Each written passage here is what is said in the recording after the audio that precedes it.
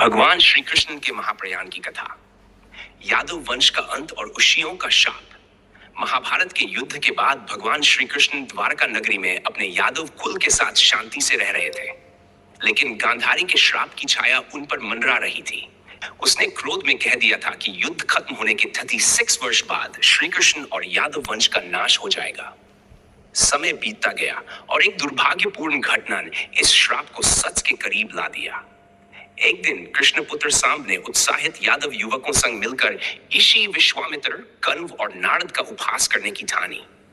सांब एक गर्भवती स्त्री का वेश धरकर उन ऋषियों के सामने गया और साथियों ने छलपूर्वक उनसे पूछा कि इस स्त्री को कैसा पुत्र होगा। ऋषियों को इस धोखे पर बड़ा क्रोध आया।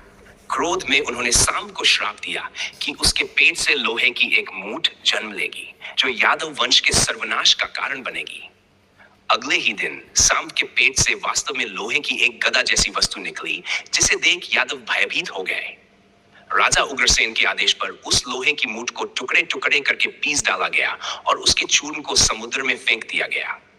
साथ ही नगर में यह घोषणा करवा दी गई कि आज से कोई भी नर मदिरा शराब का सेवन न करे। सभी ने सोचा अब संकट टल गया है, परंतु विधि को कुछ और ही मंजूर था।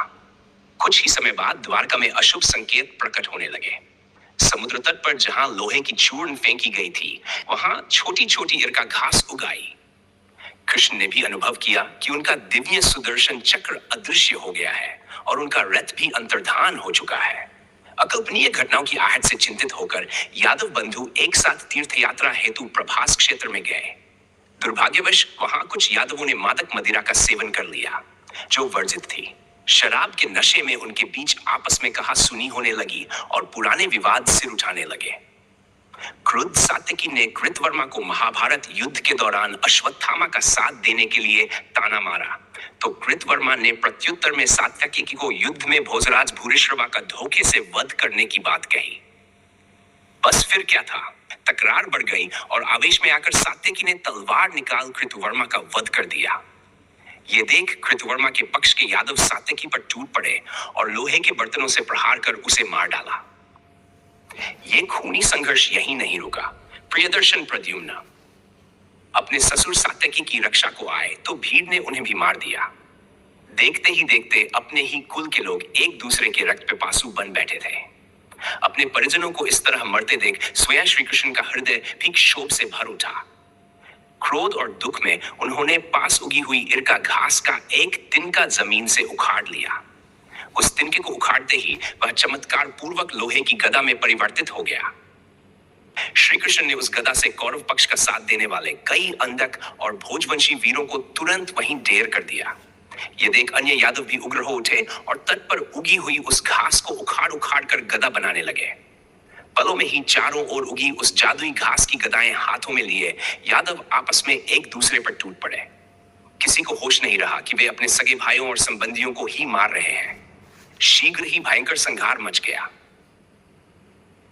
देखते ही देखते यादव अपनी ही गदाओं के प्रहार से गिरते गए और भूमि पर लहूलुहान लाशों के ढेर लग गए। शराब के नशे और श्राप की आग में यादव वंश ने स्वयं ही अपना सर्वनाश कर लिया। जिस लोहे की मूठ को समुद्र में फेंका गया था, उसी से उपजी घास की गदाओं ने श्राप को सच कर दिखाया। श्री कृष्ण के पुत्र सांब, प्रद्युम्न, अनिरुद्ध सहित कृष्ण के समस्त परिजन और यादव वीर इस महाभयंकर आपसी संघर्ष में मारे गए। चंद ही घड़ी में यदुवंश, जो कभी भगवान श्री कृष्ण की शक्ति और गौरव का प्रतीक था, आज खुद अपनी ही भूलों का शिकार होकर समाप्त हो गया। इस विनाश लीला को देख श्री कृष्ण और बलराम दोनों स्तब्ध और शोकाकुल हो चला है। भारी मन से बलराम प्रभास के समीप सागर की ओर के लिए प्रस्थान कर गए और एक शांत एक स्थान पर पीपल वृक्ष के नीचे योगासन में बैध्यान मग्न हो गए। कुछ ही क्षणों में बलराम ने अपनी इंद्रियों को काबू में कर पूर्ण योग बल धारण किया और तभी एक अद्भुत घटना घटी। बलराम के मुंह से सहसा एक विशाल उज्ज्वल श्वेत नाग प्रकट हुआ। वह 1000 फनों वाला दिव्य नागराज शेषनाग था, जो बलराम का वास्तविक हेवनली स्वरूप माना जाता है। वह महान नाग सरसराता हुआ बलराम के स्थिर शरीर से निकलकर सागर की ओर बढ़ने लगा। समुद्र ने अपनी लहरों को सम्मान पूर्वक शांत कर दिया, मानो स्वयं नागराज का स्वागत कर रहा हो। अनेक जलचर देवता था नागलोक के नाग बलराम के इस शेषनाग रूप के आगमन पर उसे सम्मान सागर में उपस्थित थे। देखते ही देखते शेषनाग समुद्र की गहराइयों में अंतर्धान हो गया। यह दृश्य अत्यंत अलौकिक था। भगवान श्री कृष्ण ने स्वयं अपनी आंखों से अपने अग्रज भ्राता को मानव देह त्याग कर शेषनाग रूप में प्रस्थान करते देखा। भाई के विछोह से उनके हृदय में एक शून्य सा भर गया, किंतु वह जानते थे कि यह सब पूर्व निर्धारित लीला का ही अंग है। बलराम के वैकुंठवासी हो जाने के साथ ही श्री कृष्ण समझ गए कि अब उनके पृथ्वी छोड़ने का समय भी निकट आ पहुंचा है। श्री कृष्ण का वन में ध्यान अब द्वारका के वीर यादवों और अपने भ्राता के विछोह के बाद भगवान श्री कृष्ण एक ही रह गए थे। जिस प्रभास क्षेत्र में भीषण घटनाएं घटी थी, उसी के नित एक शांत वन में श्री कृष्ण कुछ देर एकाकी भ्रमण करते रहे। चारों ओर सन्नाटा था, केवल सागर की मंद ध्वनि और पक्षियों का स्वर सुनाई पड़ रहा था। श्री कृष्ण ने मन ही मन गांधारी द्वारा दिया गया वह श्राप स्मरण किया जो इन घटनाओं से पूर्णतः सिद्ध हो रहा था। उन्होंने निश्चय किया कि शेष बचा हुआ कार्य पूर्ण करने का समय आ गया है। अंततः प्रभास के उस वन में एक विशाल वृक्ष, कुछ कथाओं में पीपल का वृक्ष, के नीचे भगवान श्री कृष्ण पद्मासन लगाकर धरती पर विराजमान हो गए। उन्होंने नेत्र मूंद लिए और योग निद्रा की अवस्था में अपना चित्त परमात्मा में लीन कर लिया। चहु और परम शांत वातावरण था। भगवान के मुख पर अद्भुत तेज और शांति की आभा थी। अब वे अपनी इंद्रियों को विराम देकर ध्यानस्थ थे, मानो परम धाम प्रस्थान का अनुष्ठान आरंभ कर रहे हो। जरा शिकारी द्वारा तीर चलना उसी वन प्रदेश में जरा नाम का एक बहेलिया हिरणों की तलाश में घूम रहा था। जरा अत्यंत कुशल शिकारी था, परंतु भाग्य को कुछ और ही मंजूर था। जिस वृक्ष के नीचे श्री कृष्ण योगमग्न थे, उसी ओर एक मायावी हिरण भागता हुआ गया, जिसे जरा पीछा कर रहा था। हिरण तो घने जंगल में अदृश्य हो गया, लेकिन जरा की नजर कुछ दूरी पर वृक्ष की छाया तले श्री कृष्ण के शांत बैठे हुए शरीर पर पड़ी। वृक्षों की ओट से जरा को बस कृष्ण के पद का तलवा और पीतांबर, पीले वस्त्र का आभास भर दिखाई दिया। पत्तियों की छनती रोशनी में जरा को भ्रम हुआ, मानो कोई हिरण झाड़ी के भीतर लेटा हो और उसका कस्तूरी रंग शरीर झलक रहा हो। उन्होंने धनुष पर बाण चढ़ाया और निशाना साधकर पूरी शक्ति से तीर छोड़ दिया। तीव्र गति से संधान हुआ। वह बाण सीधा आकर भगवान श्री कृष्ण के बाएं पैर के तलवे में गहरा चुभया। तीर लगते ही श्री कृष्ण का ध्यान टूटा और उन्होंने अपने चरण में गोली की भांति धंसे हुए उस बाण को देखा। जरा शिकारी भी अपने शिकार की ओर लपका, किंतु निकट आकर जो दृश्य उसने देखा, उससे उसके पैरों तले जमीन खिसक गई। जिस जीव को वह हिरण समझ रहा था, वह कोई जानवर नहीं, बल्कि स्वयं द्वारकाधीश भगवान श्री कृष्ण थे। उन्हें अपने ही तीर से घायल देखकर जरा का हृदय दहल गया। ये कैसी अनिष्ट हो गई। उसे खुद पर घोर क्रोध और ग्लानि हुई कि उसकी भूल से भगवान को आघात पहुंचा है। श्री कृष्ण के चरण से रक्त की धारा बह रही थी, पर उनके मुखमंडल पर फिर भी एक दिव्य शांति विद्यमान थी। जरा की क्षमा याचना और श्री कृष्ण का उत्तर। जरा भयभीत होकर कांपते हुए श्री कृष्ण के निकट पहुंचा और धड़ाम से उनके चरणों में गिर पड़ा। वह रोते हुए बार बार क्षमा मांगने लगा। मुझे क्षमा करें प्रभु, मुझसे भारी अपराध हो गया है।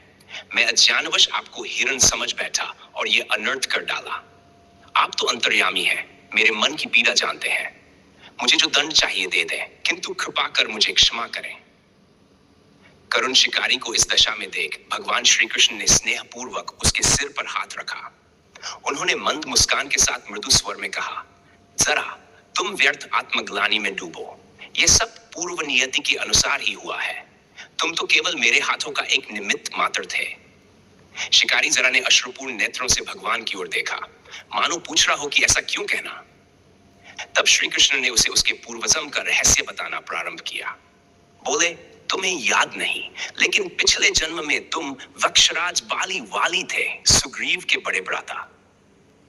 त्रेता युग में अपने राम अवतार में मुझे मजबूरन छल से छिपकर तुम्हें बाण मारना पड़ा था। तुम्हारे हृदय में तभी से मेरी उस चोरी छिपे किए प्रहार की पीड़ा थी। तभी तुमने अंतिम सांस लेते हुए राम से कहा था कि मेरा वध आपने अनुचित रीति से किया है। मैंने तब तुमसे वचन दिया था कि अगले जन्म में तुम ही मेरे मृत्यु का कारण बनोगे, ताकि तुम्हारा बदला पूर्ण हो सके। आज वही वचन पूरा हुआ है। तुमने मेरे पैर में बाण मारा है। यह तुमसे अनजाने हुआ। इसमें तुम्हारा कोई दोष नहीं, क्योंकि यह सब मेरे ही द्वारा रचित लीला थी। मेरे प्रिय, तुम हृदय से निष्कलंक हो। परमात्मा की इच्छा अनुसार ही तुमसे यह कार्य संपन्न हुआ है, अतः स्वयं को अपराधी ना समझो। जरा आश्चर्य और भक्ति से भरकर श्री कृष्ण के चरण पकड़े रो रहा था। प्रभु ने उसे उठाकर गले से लगाया और कहा, अब तुम्हारा कर्म पूर्ण हो चुका है, भय त्याग कर शांति से जीवन व्यतीत करो, मेरा आशीर्वाद तुम्हारे साथ है। प्रभु के इन वचनों को सुन जरा के हृदय का भार हल्का हो गया। उसने कांपते हाथों से अपने धनुष बाण वहीं पृथ्वी पर रख दिए और दीन भाव से हाथ जोड़कर प्रभु को नमस्कार किया। भगवान ने उसे प्रेम पूर्वक विदा होने का संकेत दिया। अंतिम बार भगवान के चरणों को शीशे से लगाकर जरा भांसिनम आंखों के साथ विदा हो गया। उधर श्री कृष्ण ने भी यति को स्वीकार करते हुए योग बल द्वारा अपने प्राण त्यागने की तैयारी की। द्वारका का समुद्र में डूबना उधर प्रभास क्षेत्र में घटी इस हृदय विदारक घटना से दूर द्वारका नगरी में भी नियति अपना खेल दिखाने वाली थी।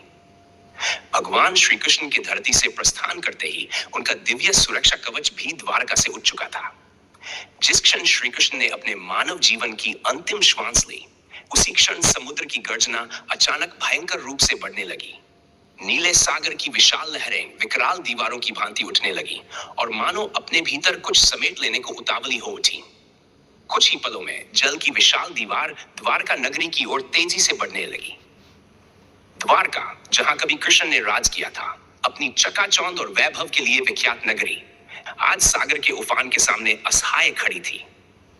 देखते ही देखते अरब सागर की प्रचंड लहरों ने द्वारका को चारों दिशाओं से घेर लिया और उसकी भव्य इमारतों और महलों पर टूट पड़ी। सोने जैसी चमचमाती द्वारका नगरी जल प्रलय में घिर गई। महल, मंदिर, द्वार सब पानी में हिलोरें खाने लगे। निवासियों में हाहाकार मच गया होगा, पर कोई चारा न था। आखिरकार सागर देव ने मानो अपनी पुश्तैनी भूमि वापस मांग ली। द्वारका पूरी की पूरी समुद्र की लहरों में समा गई। भगवान कृष्ण की प्रिय नगरी जलमग्न होकर इतिहास के गर्भ में खो गई। द्वारका का यह विलय भी पूर्व घोषित था।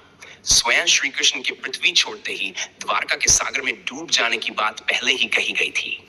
उस दिन समुद्र ने साक्षात एक युग का अंत होते देखा। द्वारका का डूबना इस बात का अर्थ कि अब भगवान की लीला समाप्त हो गई है और उनके साथ ही द्वापर युग का भी अवसान हो गया। श्री कृष्ण का वैकुंठ प्रस्थान प्रभास के वन में नयम भगवान श्री कृष्ण ने जरा को क्षमा के मानवलोक में अपना अंतिम कर्तव्य पूर्ण कर लिया। अब उनका पार्थिव शरीर छोड़ने कास में आ गया था। उन्होंने अपने चरण में लगे हुए उस बाण को निकाला, फेंका और सहज भाव से पृथ्वी पर पीठ के बल गए। उन्होंने अपनी आंखें बंद की और एक गहरी सांस ली। उसी क्षण एक दिव्य प्रकाश उनके शरीर से फूट निकला और समस्त वन प्रदेश उस आलोक से जगमगा उठा। आकाश से देवताओं ने अद्भुत दृश्य निहारना प्रारंभ किया। वृक्षों से पुष्प वर्षा होने लगी, मानो प्रकृति भी प्रभु को अंतिम विदाई दे रही हो। योग बल से श्री कृष्ण ने मुस्कुराते हुए अपना स्थूल देह त्याग दिया।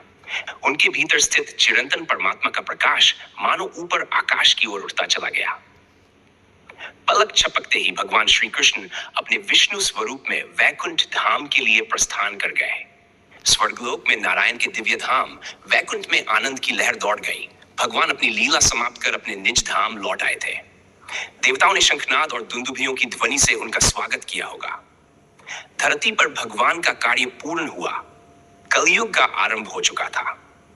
इस तरह भगवान श्री कृष्ण के जीवन की अंतिम अध्याय की पूर्णाहुति हुई। श्री कृष्ण के महाप्रयाण की यह कथा हृदय को विषाद से भर देती है, पर साथ ही यह संदेश भी देती है कि जो अवतरित हुआ है उसे समय पूरा होने पर वापस भी लौटना पड़ता है। प्रभु ने अपने कुल के विनाश और अपनी देहावसान को सहज भाव से स्वीकार कर संसार को विनम्रता और कर्मफल का गूढ़ पाठ पढ़ाया। यद्यपि द्वारका नगरी समुद्र में डूब गई और भगवान श्री कृष्ण लोक दृष्टि से अदृश्य हो गए, लेकिन उनकी स्मृति, उनकी शिक्षाएं और प्रेम का संदेश युगों युगों तक भक्तों के हृदय में जीवित रहेगा। यही भगवान की अमर लीला है। देह त्याग कर भी वे हर युग में भक्तों के संग अदृश्य रूप में विद्यमान रहते हैं। आज भी जनमानस भगवान श्री कृष्ण के नाम का स्मरण कर भाव विभोर होता है। इस प्रकार श्री कृष्ण ने मृत्यु को भी दिव्य उत्सव में बदल दिया और अपने वैकुंठ गमन द्वारा यह साबित किया कि मृत्यु तो केवल आत्मा के अमृत को प्रकट करने का माध्यम भर है। ऐसे थे भगवान श्री कृष्ण, जिनका आगमन जीवन और महाप्रयाण तीनों ही लोक मंगल के लिए हुए। उनकी कथा सदैव हमारे हृदय को भाव विह्वल करती रहेगी और हमें धर्म, प्रेम और त्याग की राह दिखाती रहेगी। स्रोत: इस कथा के प्रसंग विविध पुराणों तथा महाकाव्यों पर आधारित है। महाभारत के मौसल पर्व एवं श्रीमद् भागवत महापुराण में यादव वंश के विनाश और श्री कृष्ण के प्रस्थान का उल्लेख मिलता है। गांधारी के श्राप एवं श्रापवश यादवों के आपसी संहार का वर्णन महाभारत में मिलता है। भगवान बलराम के शेषनाग रूप में देह त्याग का विवरण महाभारत मौसल पर्व में प्रस्तुत है और उसके पूर्वजन वाली की कथा का उल्लेख विष्णु पुराण एवं महाभारत दोनों में है। द्वारका के समुद्र में डूबने का उल्लेख